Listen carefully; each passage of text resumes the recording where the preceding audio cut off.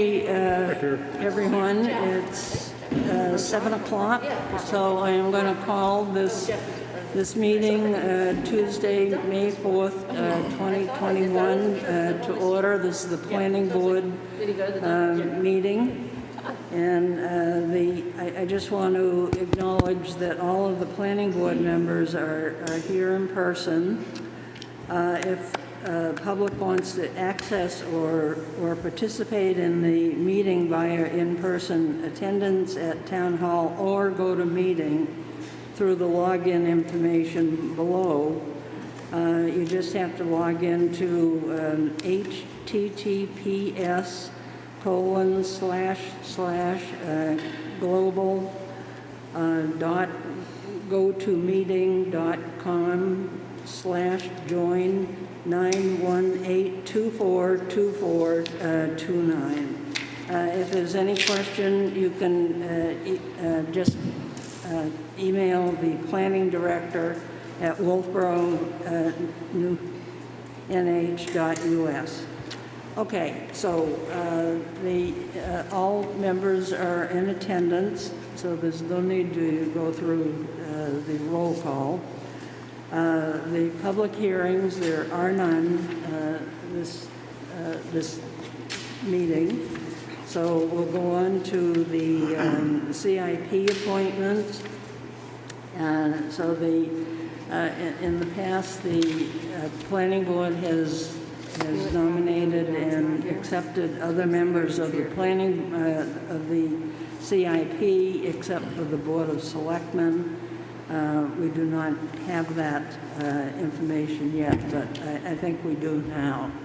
So, Tavis, we do have information from the board that they do want to appoint Linda Murray. Is that correct?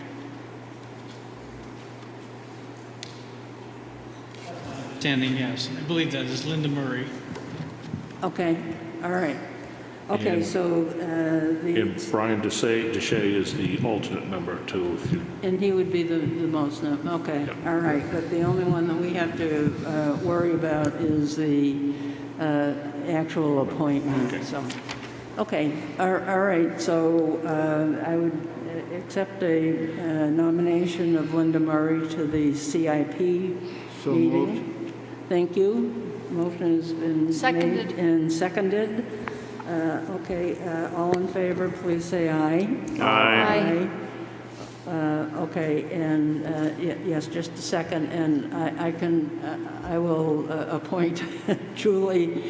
I didn't realize that John wasn't here, so why don't you sit in John's place until he comes? Okay, I'll do that. Yeah, okay, all right, very good. Okay, so the first item on the agenda is the stormwater, but why don't we just jump over that and go through the drive-through restaurant, which we did meet the other day and do have some suggestions for you folks to consider. So go ahead, Mike. Okay, being the spokesperson for the drive-through restaurant study group, we met yesterday at the library and we came up with the following plan that we would like to run by the planning board for your approval. And this is how we want to break it down, since we've had to change kind of in midstream, given the fact that we could not do a flyer mailing as we had originally planned. We're going to have a public forum, information forum, here on July 8th between 7 and 9 o'clock for the public. I will contact the newspaper to see if they would be interested in running a story about the issue of drive-through restaurants and the planning board's response to it. We're going to put a couple of notices in the paper. There'll be public notices noticing the public forum here, and they'll be run the weeks of June 11 and July 12, so 3 weeks and 1 week before the forum, to gather enough people together, enough information in the public, rather, to get a decent turnout. I will put notices about the forum on the 3 Facebook sites that are connected to Wolfeboro the week of June 11, and Tavis, the planner, will be asked to do the same on the town's website. The forum format we thought about as follows. Assuming we can go for, what would be nice if we could go for the CDC's new 3-foot rule as opposed to the older 6-foot rule. But either way, run the chairs in a circle as we did for the hotel forum. Kathy will make introductory remarks. Tavis will moderate the public input. We'll limit the speakers to 2 to 3 minutes if there's a lot of them. And if there aren't a lot of people here, basically as long as they need, as long as we don't run out of time within the 2 hours. Kathy will make the closing remarks. Everybody coming to the forum will be given a copy of the flyer with a little box to check off, no, I don't want them, yes, I do want them. And we will gather those at the end of the public forum. After the forum is over, on July 12, Kathy, Susan, and I will meet again. We'll tally the votes received here at the public forum, along with the votes received on the SurveyMonkey, which will go live on June 11 and will close down on July 8. Put those two together and then come back to the planning board, and at the next work session in August, discuss what the planning board's response should be, if any. I mean, we may just get an overwhelming groundswell, no, we don't want them, or yes, we do want them, and then we'll have a topic of discussion. We'll take it from there. So that's the plan. Okay. If that makes sense to the board, we would request that you, in general terms, say it's a good idea so that we can then go ahead and proceed. Okay. Anybody want to make any comments? Does that sound like a good plan? I think it sounds good to me. Sounds who? Sounds good to me. Sorry, Julie, I have a hard time hearing. It sounds okay to me. Thank you. Nice plan. Yeah. Thank you. That's it. To learn sign language as long as we're wearing these masks. Okay. Anybody else have any thoughts, concerns? From what I have heard, it just sounds like a wonderful plan. At the same time, it might be something that if there was some fly put in the ointment, you could perhaps modify it. Oh, yeah. I don't think you need to. This is only written on paper, not on stone. So we can make any changes that we need to. And so therefore, it's, something might happen where you start saying, oh, it needs to be changed. Well, but Well, I think what you have right now is fine. Good. Okay, then we will proceed with the plan. All right, thank you, board.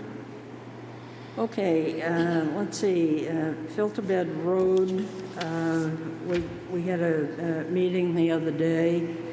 We're basically going to be focusing on what the town plan says, and the town plan says that we're supposed to be looking at the connection of Filter Bed Road. So that's what we're looking at, to see what issues that will raise and how we get it into the CIP if we want to, and things of that nature. So that's where we are right now.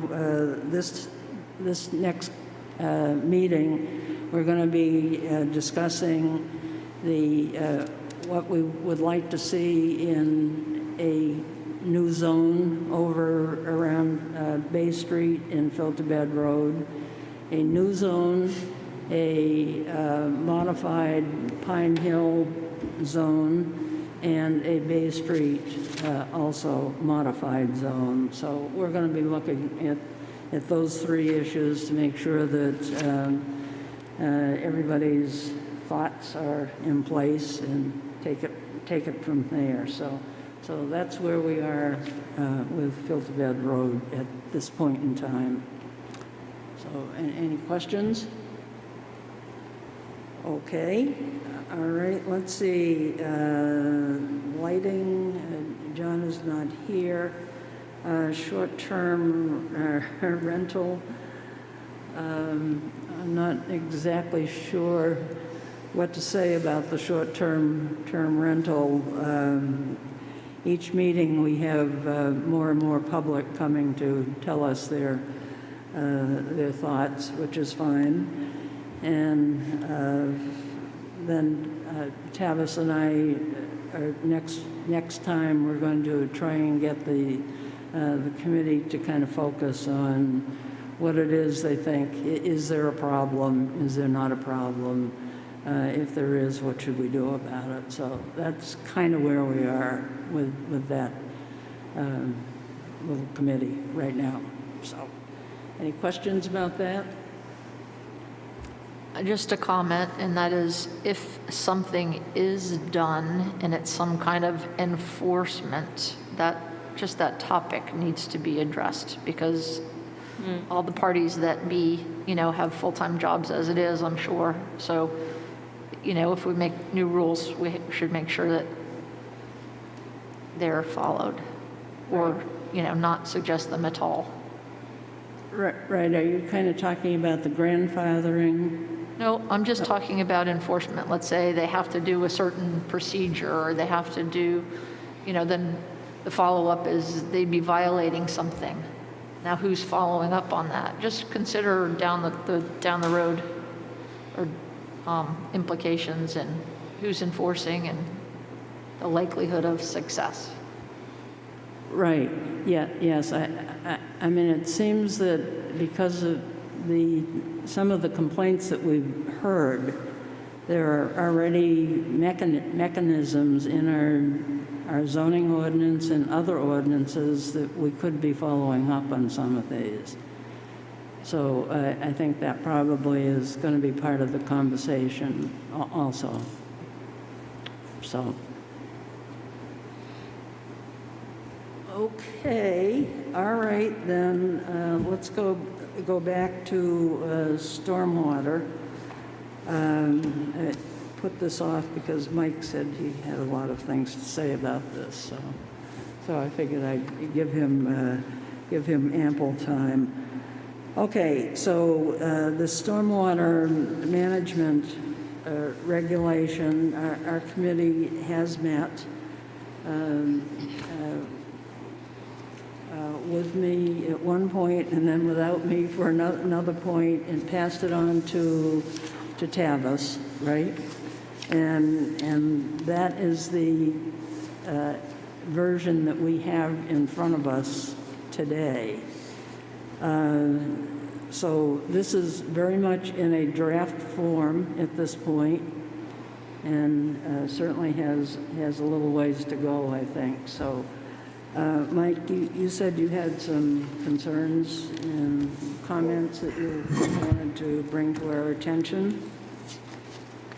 Yeah, and thank you, Madam Chairwoman. And this is basically off of the first reading by me. So some of these may seem picayune, and some of them may not be. Three general observations. One, it seems to be a very well thought out document, so kudos to the authors. Two, I don't know whether the numbering is going to survive. Okay, just so long as we adopt the same numbering that we have elsewhere in our ordinances. Three, please spell check the document before it gets to the planning board for a first reading. If you look at B on the first page, minimum thresholds for applicability, you might want to put an L in there. So there are others elsewhere. And then to get to specifics,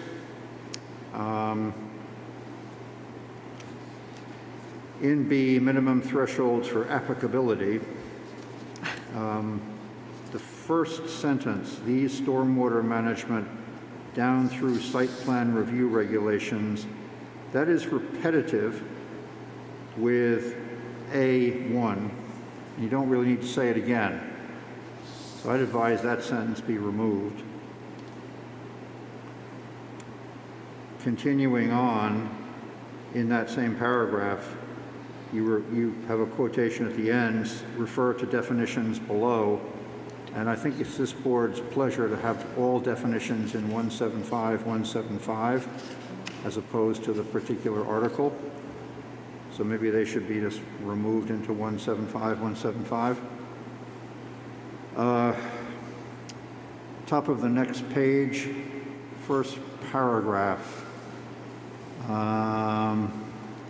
The end of the sentence, comprised of less than 5,000 square feet based on wetland delineation. What do you mean by wetland delineation? I know what it means in general terms, but do you mean by delineation by a wetland scientist? Do you mean just some guy walks out there and says, yep, there's a wetland? Then you need to specify. And you also need to say, what if the wetland is not delineated? Can it not be delineated? It has to be done by a wetland scientist, and if that's the case, you have to say that specifically.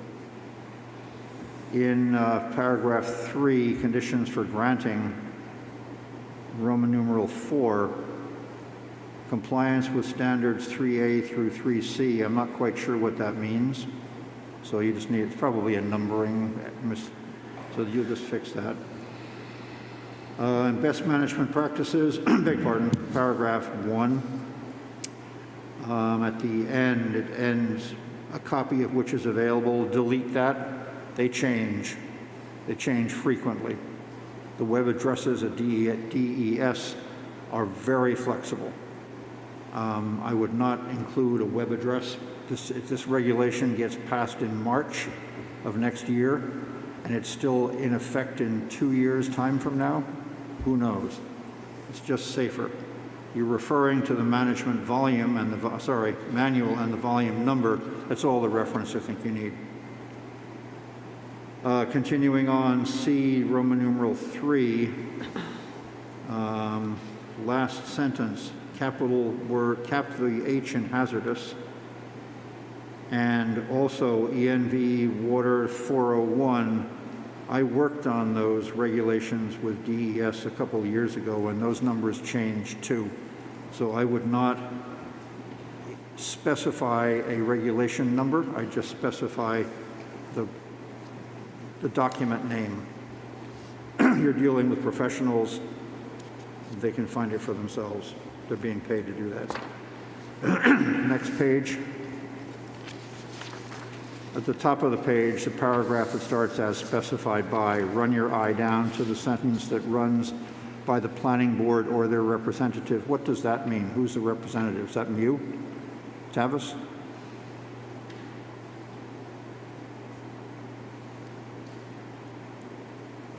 That would be determined as who the planning board elected to be the representative. It could be the planner, it could be the code officer, it could be a third-party engineer.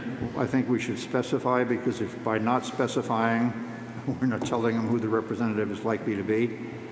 I would suggest we specify in some fashion what likely person or office would be the representative of the planning board. Continuing on in that same paragraph again, delete the web address. You have the guideline definition or title right there. In paragraph 2, third sentence, see element D. I'm not quite sure what that refers to.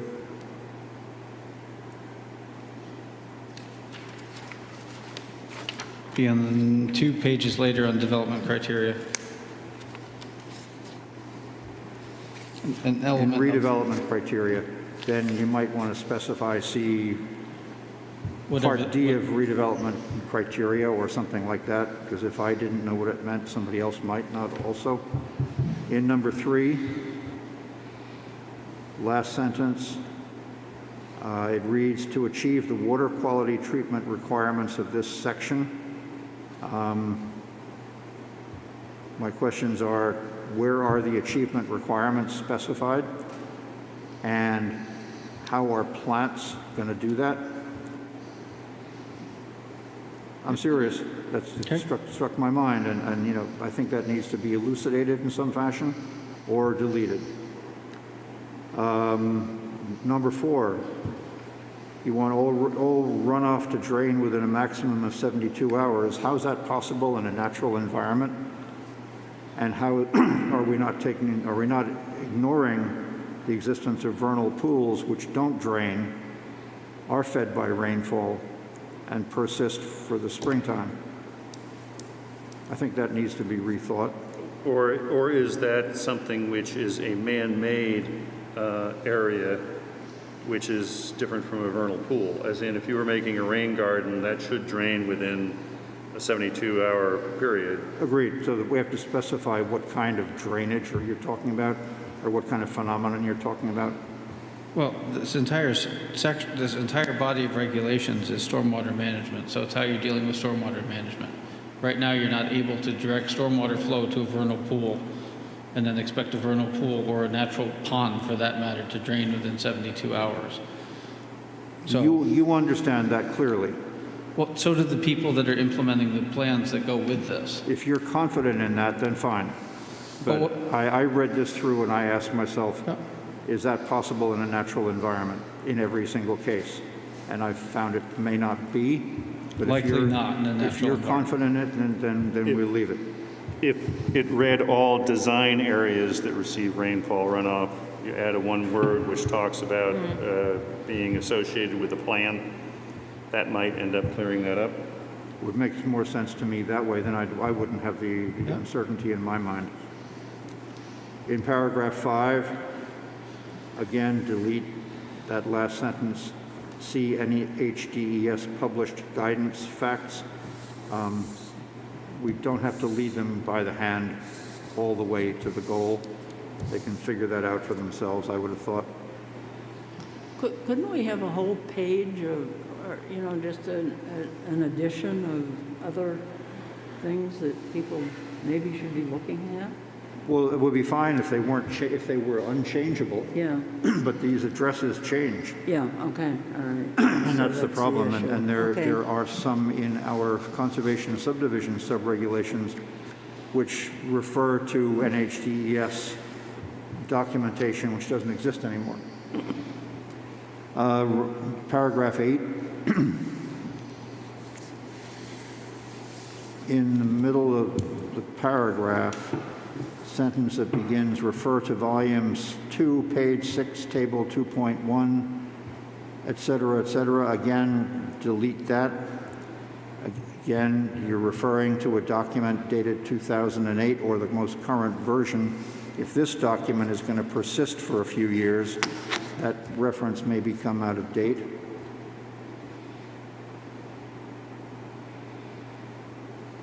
The last sentence, note the anti-degradation provisions require that runoff, I was questioning, is that appropriate in a zoning regulation? Who is the note addressed to?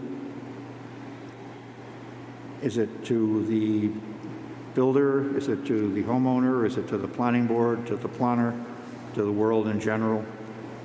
To the designer of the stormwater management system. Then again, you don't have to lead them by the hand. Presumably they will know that, and if they didn't, they will find out when they come to you and you tell them, why didn't you do this? In paragraph 9, in the center of the paragraph, you have the letters capital AOT. Just throw in NHDES AOT for perfection. On the following page, paragraph 14, I question the sentence that starts construction quality and goes to vehicle loading conditions. And I'm just wondering, my comments to myself are, 1, this is self-evident, and 2, it appears somewhat argumentative. And I don't mean that in an antagonistic sense, but just in a general logical sense. And my suggestion is to delete that section. It doesn't appear to be appropriate for a zoning reg. Porous pavement will generally not be included, and my question is, why would it not always be included?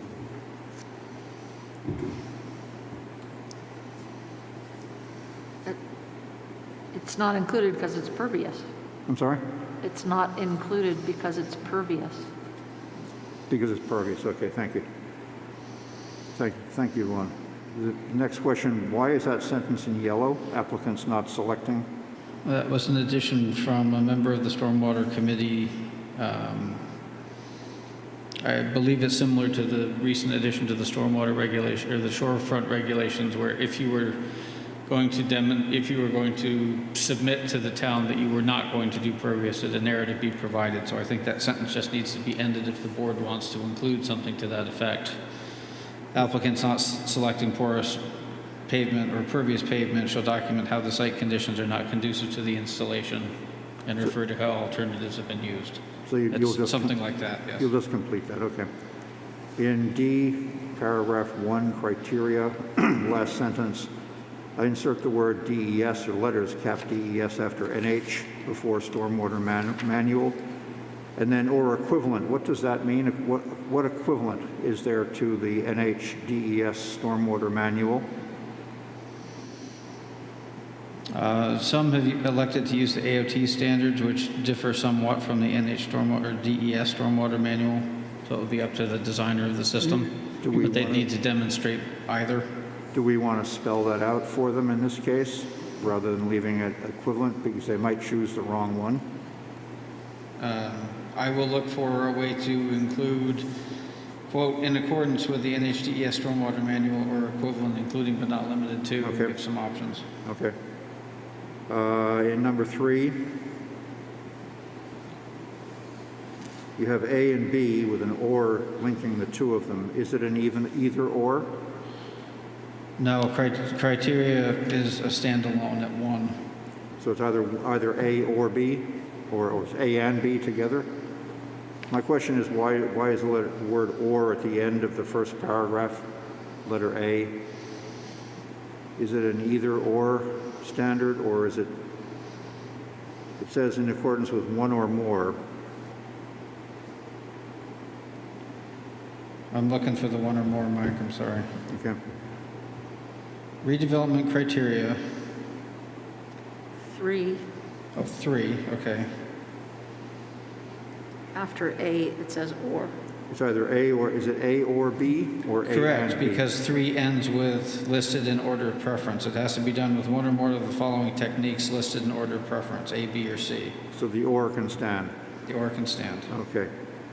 Paragraph C, shouldn't that be up at the end of the introductory paragraph in number 3?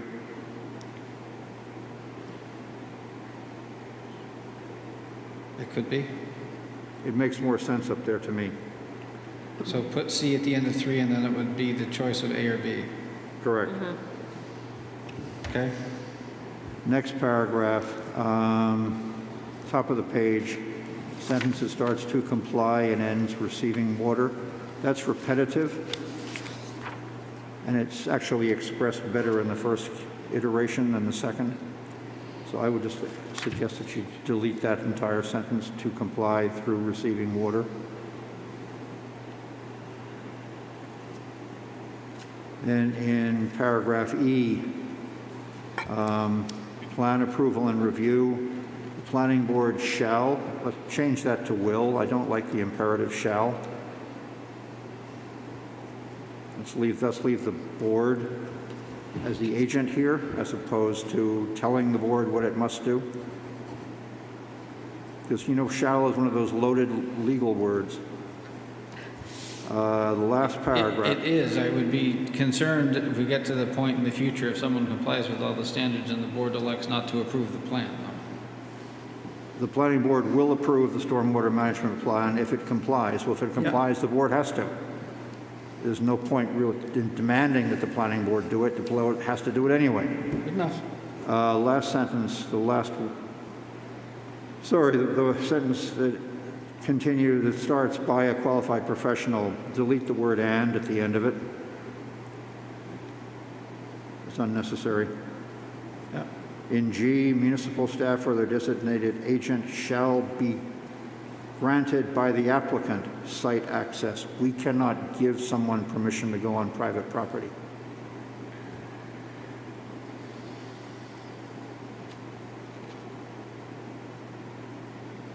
You agree? I understand why you're reading it that way. I'm reading that a different way, suggesting that the condition of any approval would be that municipal staff or their designated agent shall have access. So a condition of the stormwater management plan or the operation and maintenance plan would be that staff has access. Uh-huh. I think, So if it needs to get moved around a little, I can do that. I think this, we should be specific that the applicant has the right to grant access to his or her property in connection with stormwater regulations Yeah. management, just to be absolutely safe. Next paragraph. But down. wait, I have a question on that, in that if there has been, let's say, a rain garden created, and that is part of the plan, is it realistic to just assume that's going to be good for 20 years? Or is it going to be something which should be checked by someone at a later date, therefore you need the permission to go on that land? Exactly. It should be checked by municipal staff or their designated agent, but municipal staff would be well advised to call up Mr. X and say, may I check your rain garden in accordance with stormwater regs that you signed off on, please, sir? And if the person says no, then what happens? Then we get the code officer to go out there and look, because he has a badge which lets him do that. Okay, But that's fine. we're not specifying in this chapter, in this paragraph, we're saying municipal staff, which could theoretically be Terry, Fine. you know? Well, it's a bit understated in here. Paragraph F is probably the shortest paragraph in this entire section, but that O&M plan needs to outline, you know, the O&M plan only kicks in after everything is built to spec. So if somebody comes in for site plan review, they have the stormwater plan approved, that has to be installed and inspected. So we have the construction observation agreement, we have the surety, et cetera. But then once that's done and signed off on, all those sureties have been returned, the O&M plan kicks in. Yeah, And it needs to outline who's doing the annual or biannual inspections. The board gets to set those parameters. And then if there's a question on that, that is what this paragraph is looking to get Understood. authority to go in for. and presumably the applicant or the homeowner will have signed that stormwater management plan, part of which will say, some guy's going to come and check on your system every so often. Yes. And if it's not signed, there won't be a building permit. And how is that information relayed 30 years from now when there's been 2 changes in ownership of that property? You buy it, you own it. That's one of those $64,000 questions. I mean, conceivably, if there was, I'll say, a hypersensitive situation, and the board was very concerned about it, you could look at a related condition of approval, that there be a deed restriction or deed stipulation. But you're still assuming that someone actually read their deed. Somehow there's got to be an accountability system set up for stormwater reg management once this goes through. So you're right about that. But that's outside my pay grade. That belongs to. Yeah, and at the same time, you know, if this is something to be done in perpetuity, we need to have some way to maintain it. Oh, agreed. Agreed. And that's why we have a planner here who has longevity compared to individual members of the planning board. Next paragraph. The applicant shall bear final responsibility. Why don't we just say the applicant is responsible?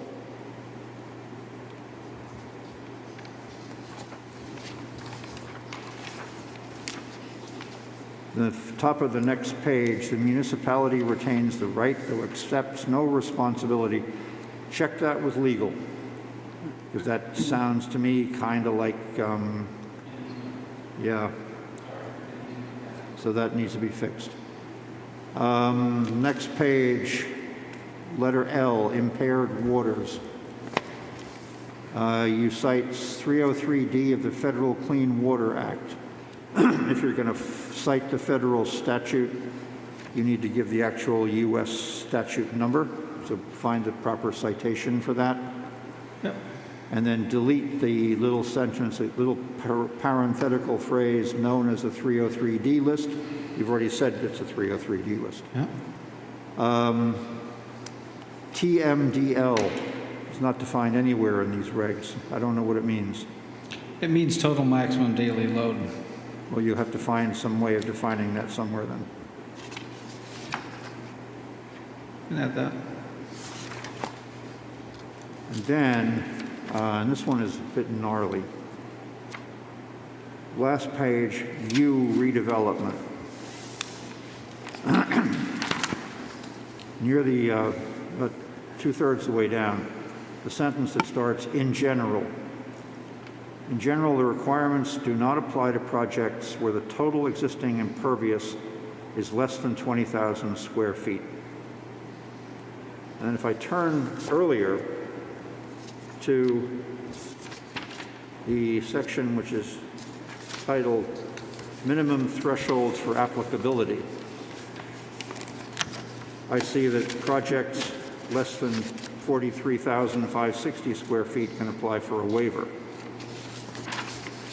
So my question is, all redevelopment projects 20,000 to 43,000 square feet can apply for a waiver? No, let's go back to the top of page 2. To request a waiver, you must disturb less than an acre. Right. Create, I mean, you can add and if you want, but and create less than 20,000 square feet of new impervious, and do not disturb land within 100 feet of a surface water body or wetland comprised of less than 5,000 square feet based on a wetland delineation completed by a qualified wetland scientist. Those can ask for a waiver. This is the biggest may in this whole thing. Can you speak closer to the microphone, please? This is the biggest may in the regulations. You do not have to grant waivers to the stormwater regulations. This says if you meet this criteria, these 3 criteria, you can ask, and then it gives the board 4 criteria to use in evaluating. Right. But there's a big difference between disturbance and adding impervious. So when you go back to the definition, in general, the requirements of this manual do not apply to portions of projects when the total existing impervious disturbed is less than 20,000 square feet. But you still have to comport with B2 to get there. And the board does have, or reserves the right, I would say, to investigate any. So you're hanging it on the word may? Is that safe enough?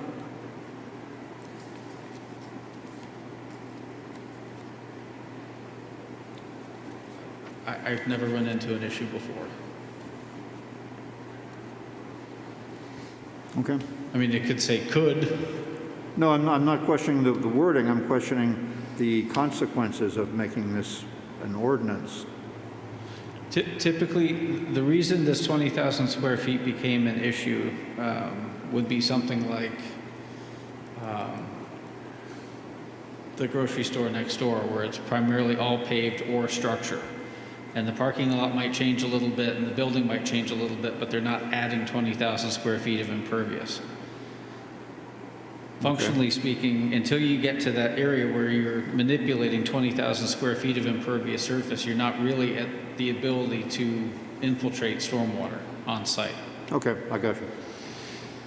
That's all I have, Madam Chair. And then by the same token, if you think about most of the not that this is imminent for residential neighborhoods necessarily, but if you think about the size of the lots in the commercial districts,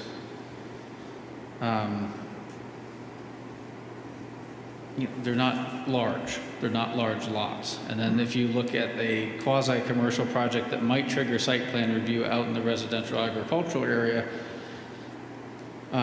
once you factor in, similar to shoreland, once you factor in the driveway, the curb cut, the house, the shed, the garage, the, boat storage, warehouse, these numbers disappear very quickly. One of the most direct applications I've seen of this was a DOT driveway permit that required an extra wing to accommodate the larger vehicles going into the site. Larger commercial sites, you very quickly get to 20,000 square feet, but is it really advantageous to convene the entire planning board to look at a driveway throw? But you do have the right to look at it, because who knows, it could be As long as I right have the next- right to look at Yeah. it, then I'm fine. Thank you, Tavis. Sure. Okay, anything else by other Well, I think members? that yellow portion was looking for guidance from the planning board, and I think it's not at all useful. I think we should just scratch it. It's C14, because, you could say that about everything in the toolkit. You could. That's Yeah. kind of why I left it in yellow and didn't finish the sentence. Right. That would be my recommendation. I think you're absolutely right. I think for any of these, if I chose to do 85% of it, but not 100% of it, the board is going to say, well, Why? why didn't you show all of your work? Well, here's why. And Or that I used another tool to satisfy. way- Correct. Okay, so Rich Massey has asked if we could send this on to the Wolfeboro Waters Committee, since stormwater runoff is one of their big issues, and also to the Conservation Commission. Does anybody have any issues with that? Good idea. Okay, so everybody okay with that?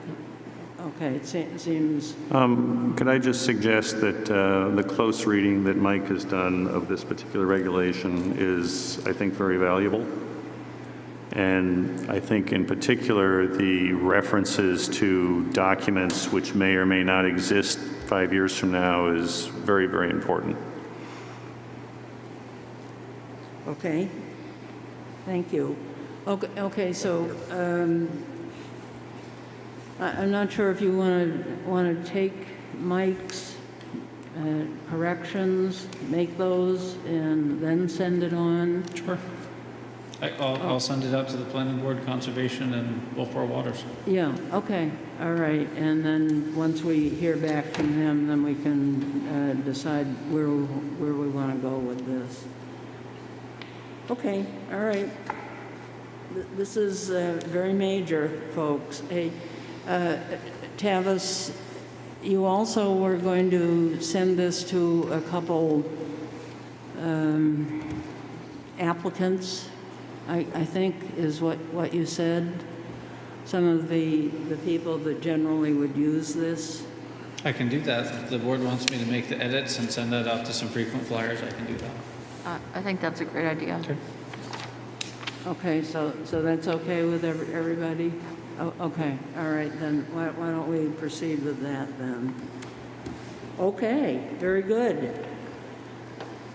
All right, okay, So oh, one of the questions. yes, I know it's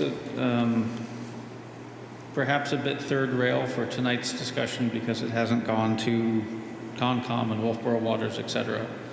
Does the board have interest in seeing where some of these regulations, perhaps once they are adopted, could move into the shorefront residential? Or interested in feedback in my going through and paralleling and see where they meet and don't meet? I know there's a lot of concern about shorefront and lots of changes over the years about how much you can touch, how much it can grow. Last year it was now you have to have at least one stormwater improvement if you're between 15 and 20%. We want to start putting parameters on those. It's very easy for people to put in an infiltration basin or a glorified French drain or a rain garden and say, there, I've met the criteria. This requires to show that the added in is covered and the infiltration. okay. So it would be a soft move into the residential, I understand, which could Okay, raise. so you don't think that some of this is covered in the shorefront? Some of it is, and my fear is that they might be in balance. I think Okay, it would be useful for you to point Okay. out the distinctions. Okay.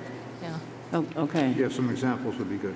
yeah, all right, okay, so you're going to go ahead and do that also? And one of the comments I've received is some of the readers so far have been a bit confused about where this would live. It's either going to live in subdivision or in site plan, and then it would be referenced in the other set of regulations, so we don't have to have this entire body added to both sets of regulations.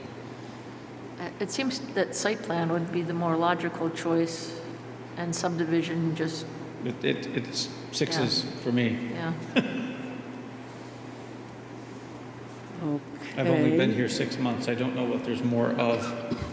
I'm going to voice a caveat here.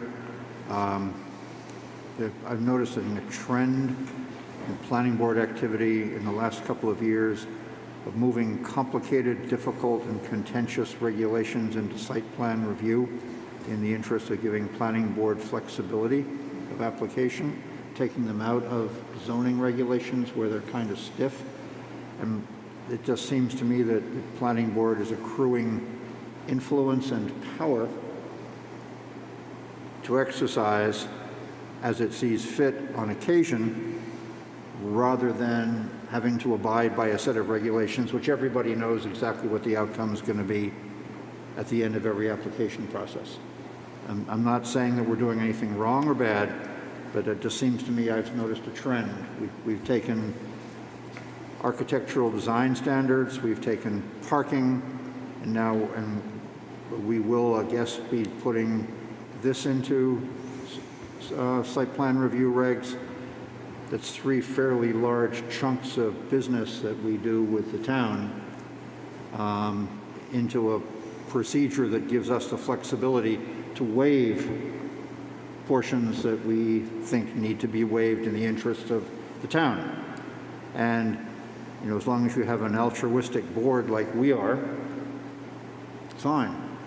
If you get a board, as we have had in the past, that is not as altruistic, it might be a problem. I'm just throwing this out. I've noticed this as a trend over the last couple of years.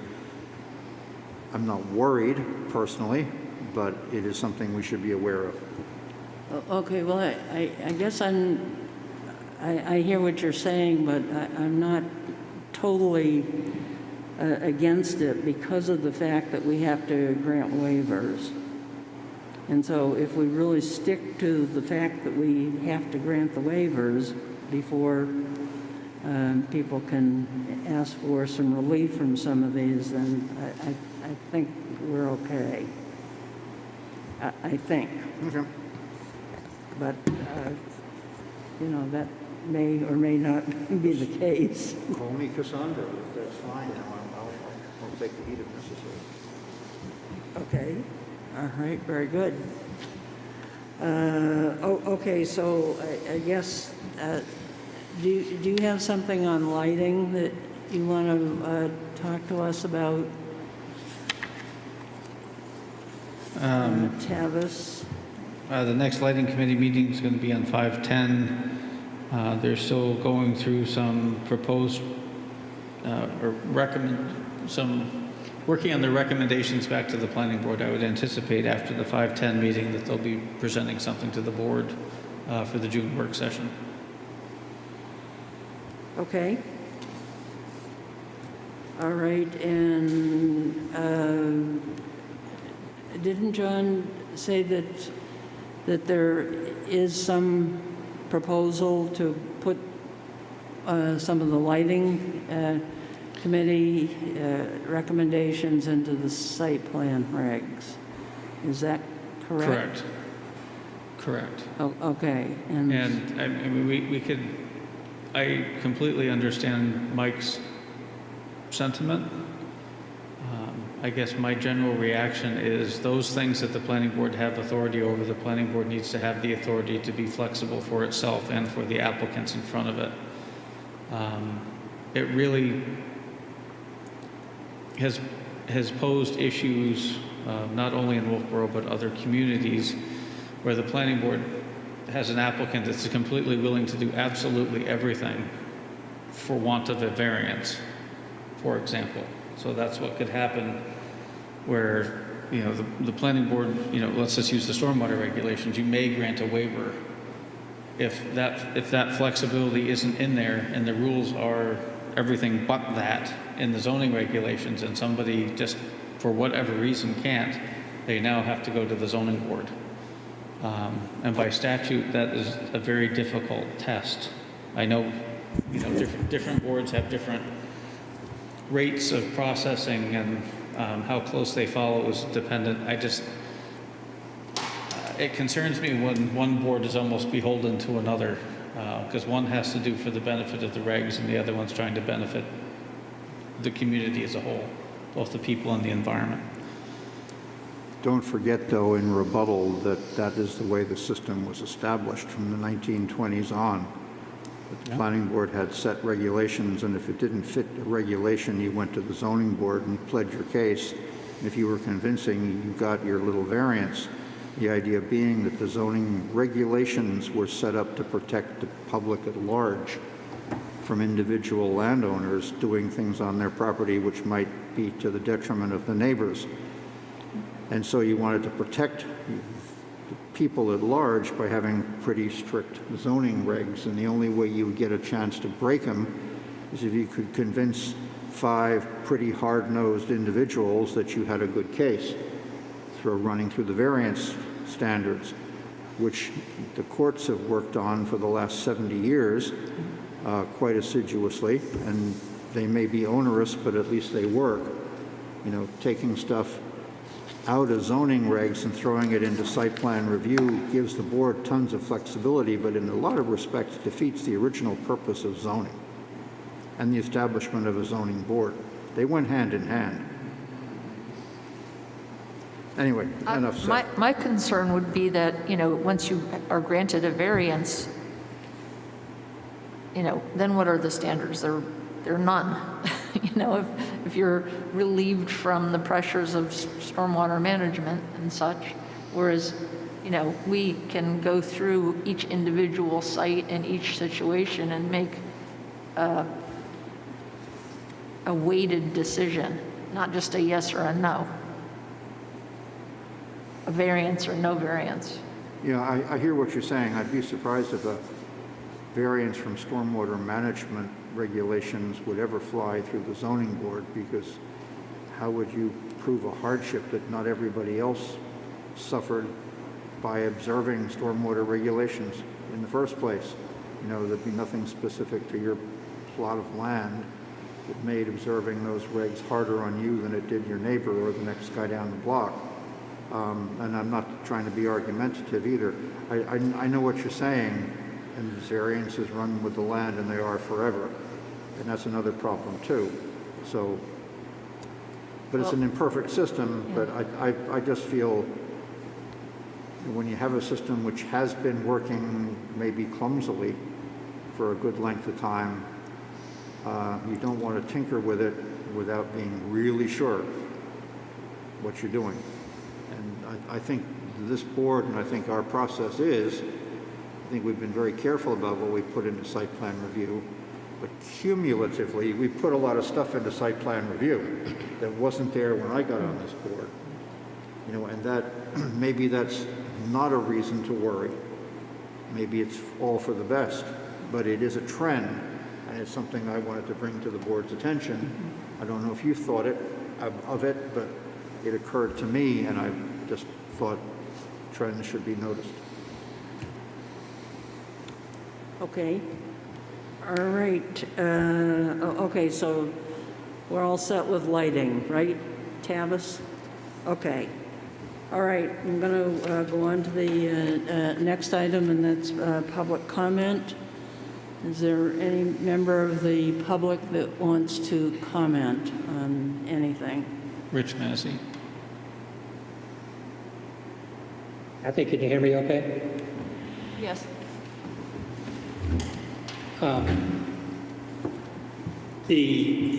My request to have these materials sent to the Wolfeboro Waters Committee and the Conservation Commission were part of an email that I sent that included about, I believe, 2 1/3 pages of specific comments on the proposed revisions.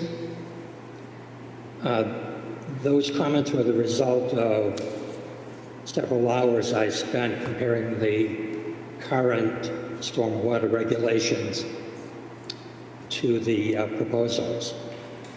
I assume that those comments were not passed on to the board as a whole, and I can understand that because I submitted them late yesterday. However, I would ask at this point for Kathy and/or Tavis to share those comments with the board. I have some significant concerns about the proposed changes. The biggest one being the applicability and the waivers. The current stormwater regulations are triggered when there's disturbance of 10,000 square feet or more.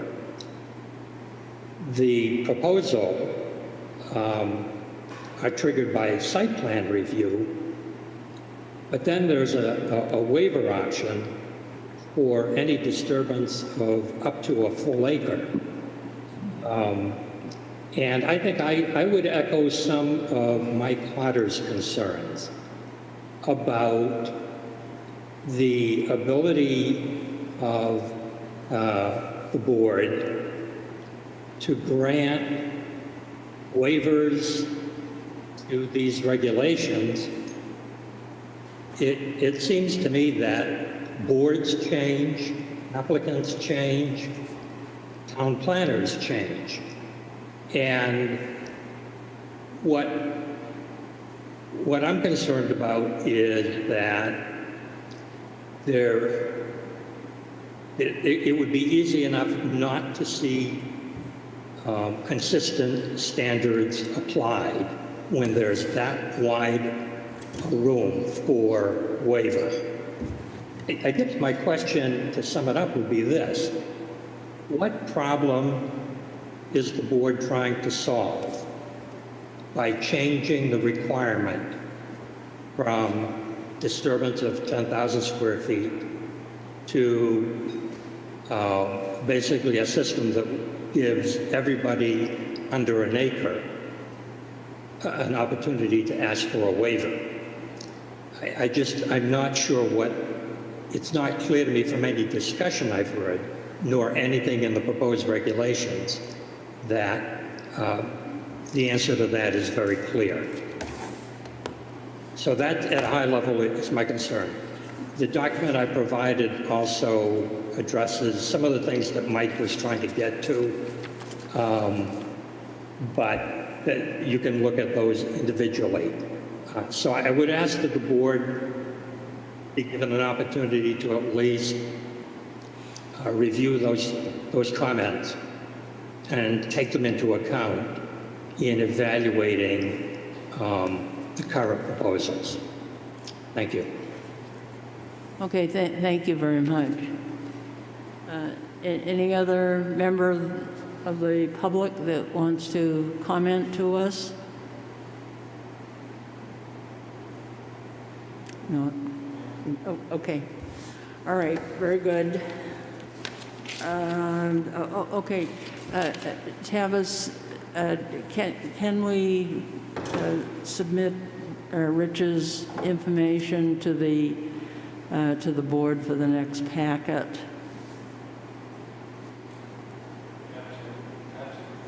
Yeah. Oh. Jake. Oh, okay. Absolutely. Okay. I was going to ask the board tonight, since the information had been received, if it was the board's pleasure to receive it during the course of a public hearing, or send tonight plus Mike edits to Concom, Wolfeboro Waters, frequent flyers, get some comments back, add that to the information, and come back, have another discussion prior to a public hearing. So that's the board's pleasure. Okay, all right, yeah, I think that would be a little concerned about it. Obviously, the board doesn't have the benefit of knowing what the discussion items were that Mr. Massey was referring to.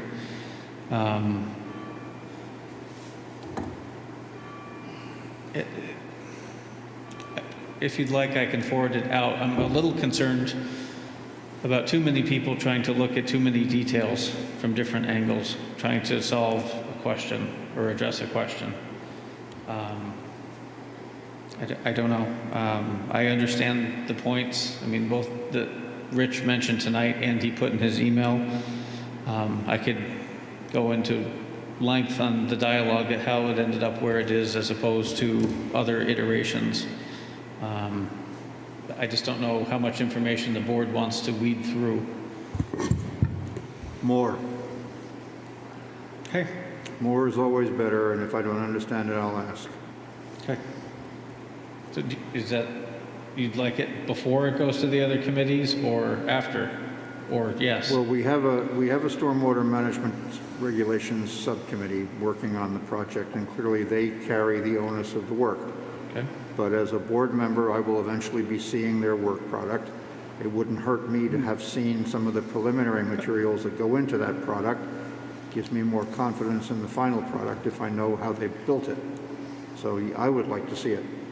Okay, so maybe we don't make any determination yet as to when this is coming back to the board, because the Concom and Wolfeboro Water's information will go to the subcommittee along with any other comments received, and then that body will be the appendix, if you will, to the draft that ultimately gets recommended out of subcommittee. Does that make sense? Okay. Sure.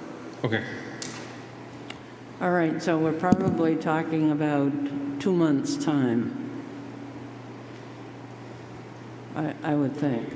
Yeah, okay, all right, very good. Okay, all right, moving right along. Any other business? Okay, then we do have a review of the April 20th minutes here. Somebody wants to... Move to approve.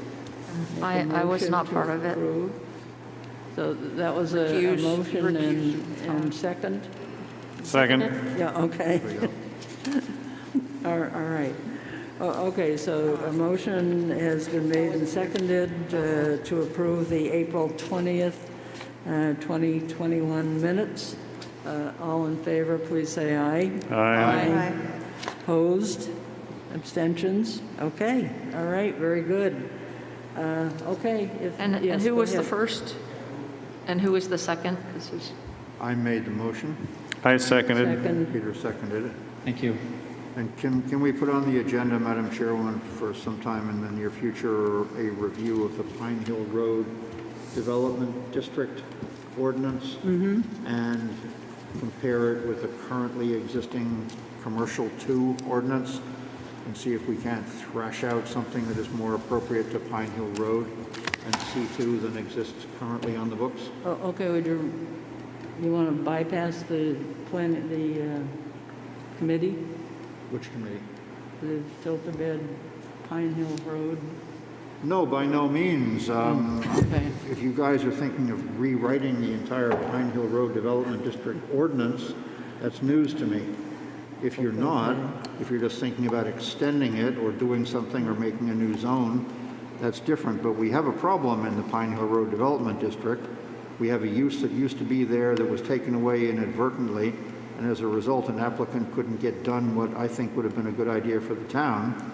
And the only way I can see of making sure that doesn't happen again is to fix the Pine Hill Road Development District ordinance. Okay. That's And why I raised the thought that was issue. the purpose of the Pine Hill Road, Filter Bed Road Development Committee that we The get. Filter Bed Road Development, the Filter Bed Road Subcommittee, as I remember it, was designed to see what, if anything, could or should be done in that area. It wasn't designed to rewrite Pine Hill Road Development District. Yeah, okay, well, I was Ordinance. just trying to figure out the process here, that's all. Yeah, Go ahead. I Go- see those as two separate things, Kathy. Excuse me? I see that as two separate things. Go ahead. I see them as two separate things as far as tasks, but my concern would be if the Filter Bed Road Committee decides to say, let's just rezone Filter Bed Road to Pine Hill as written, and meanwhile, Right. the other group is changing what's written, the two groups just have to communicate, but I Yeah, think there's enough right. cross-pollination between the groups that it should be covered. Okay, well, Here's how, I'm sorry. that's exactly what I'm concerned about. Well, being as though the chairwoman of the planning board and the alternate current member of the planning board are members of the the Filter Bed Road study group, it's not likely that cross-pollination isn't going to happen. Correct. I think that is an unfounded concern. There is a problem with Pine Hill Road. We all saw it. It needs to get fixed. That's something the planning board does. Filter Bed Road Study Group, we don't know what they're up to at this stage completely. We're just studying. We need to fix what's broken. And we need to get that, I mean, right now C2 is the only district where you can store volatile fuels, but C2 is Bean Park. So if nothing else, C2 has to get fixed in some fashion. Right. So, you know, there's problems there. I'm just raising the issue. Yeah, right, and I'm also raising the issue because I see a conflict. I'm saying, couldn't we just let this Filter Bed Road, Pine Hill area go ahead, figure out what they want to do, and then come back? We've got plenty of time before we have to worry about any ordinances that would go to the public. Fine.